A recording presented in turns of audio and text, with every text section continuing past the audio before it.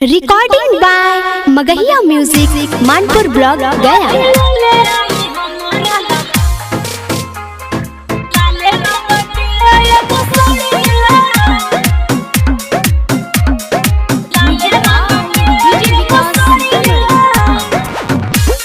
Music by PM Bihari. काहे खातिर भोरस लटकल वालोला मूड बटे गहरम ता पीला कोका कोला मूड बटे गहरम ता पीला कोका कोला। काहे खातिर भोरस लटकल वालोला मूड बटे गहरम ता पीला कोका कोला। भोर भोर फेंकी के मरलू हथरिया हो मरलू हथरिया। राजा जाई न गया के बजरिया, राजा जाई न गया के बजरिया। आज ले आई हमारा लाला ले रंग के एगो सड़िया। आज ले आई हमारा लाले रंग के एगो सड़िया। आज ले आई हमारा लाले रंग के एगो सड़िया। आज ले आई हमारा आप सुन रहे हैं धनेश पासवान को।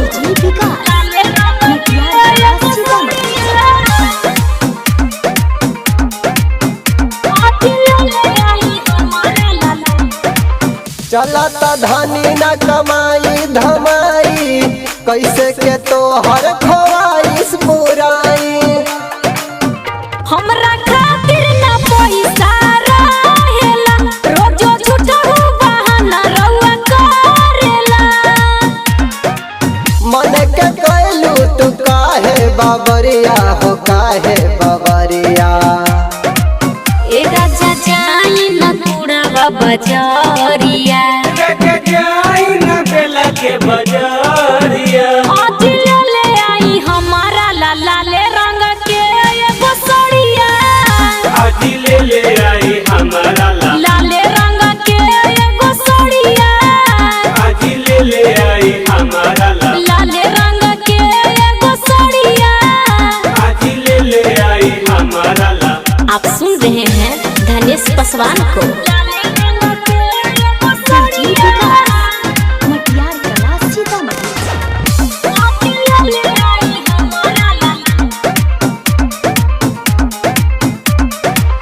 जब हम जहिया कमाए ला झरिया तोहरा ला ले आई घुंघू लागल सड़िया। बात सुनला प्रेमी विकास जी, काहे तोड़ेला मेहरी के आस जी। कहत धने से पीएम बिहारिया हो पीएम बिहारिया। ए राजा जाई नटियो सब बजरिया।